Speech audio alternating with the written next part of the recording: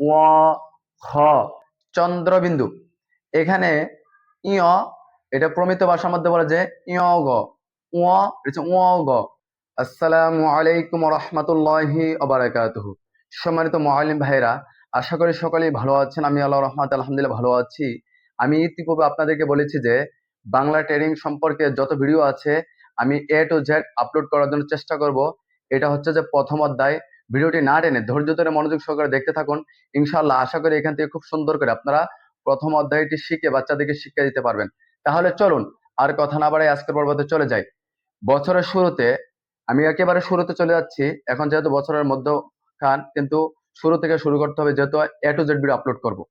বছরের শুরুতে আপনি সর্বপ্রথম স্বরবর্ণ, ব্যঞ্জন বর্ণ এবং ভাগের বর্ণ যেগুলো আছে এগুলো শিক্ষার্থীদেরকে খুব সুন্দর করে শুদ্ধভাবে শিক্ষা দিবেন।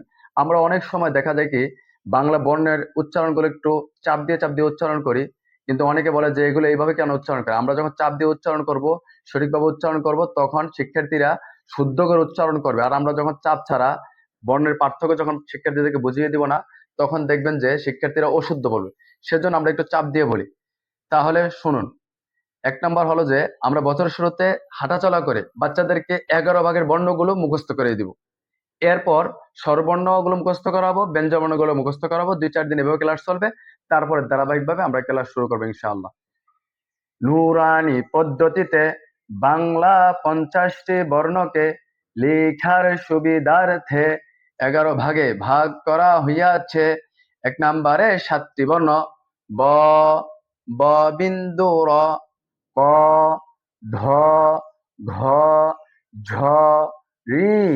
2 নম্বরে 3টি বর্ণ ত, স্বর অ, স্বর আ। 3 নম্বরে 5টি বর্ণ মূর্ধন্য ন, তালব্য শ, ল, দন্ত ন, ম।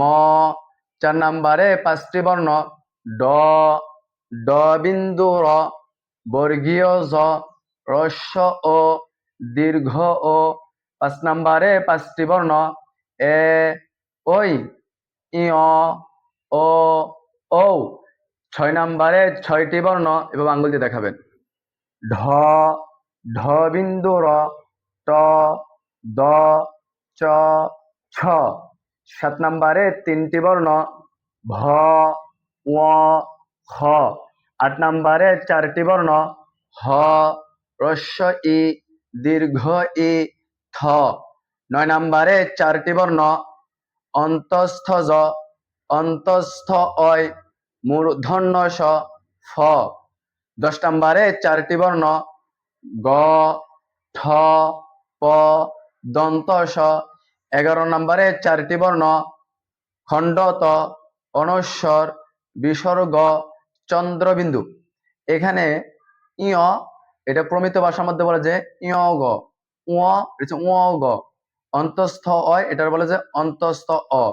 এভাবে বলে, এক একজন এক এক রকম বলে। এভাবে শুদ্ধ করে পড়াবেন, বছর শুরুতে ভালো করে শিক্ষার্থীদেরকে মুখস্থ করাবেন। একটি বর্ণকে বারবার পড়াবেন, 3-4 বার করে। আশা করি বুঝতে পেরেছেন। এখন স্বরবর্ণ 11টি কিভাবে পড়াবেন। স্বরবর্ণ 11টি স্বর অ, স্বর আ, হ্রস্ব ই, দীর্ঘ ই, হ্রস্ব ও, দীর্ঘ ও, রি, এ, ওই, ও, ঔ।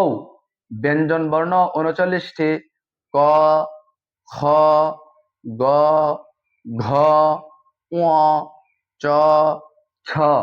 বর্গীয় জ, ঝ, ইয়, ট, ঠ, ড, ঢ, মূর্ধন্য ন, ত, থ, দ, ধ, দন্ত ন, প, ফ, ব, ভ, ম, অন্তস্থ জ, ব বিন্দু র, ল, তালব্য স, মূর্ধন্য স, দন্ত স, হ, ড বিন্দু র, ঢ বিন্দু র, অন্তস্থ অয়, খণ্ডত, অনস্বর, বিসর্গ, চন্দ্রবিন্দু।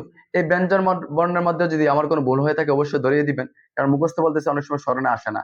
আর যদি শুদ্ধ হয় তাহলে হলো, আমি তো আর বই দেখতেছি না। সকলে আমার জন্য দোয়া করবেন। এই ভিডিও থেকে যদি আপনি বিন্দু পরিমাণ উপকার পেয়ে থাকেন তাহলে অবশ্যই একটি লাইক করবেন এবং শেয়ার করে অন্য মুআল্লিম ভাইদেরকে দেখার জন্য সুযোগ করে দিবেন।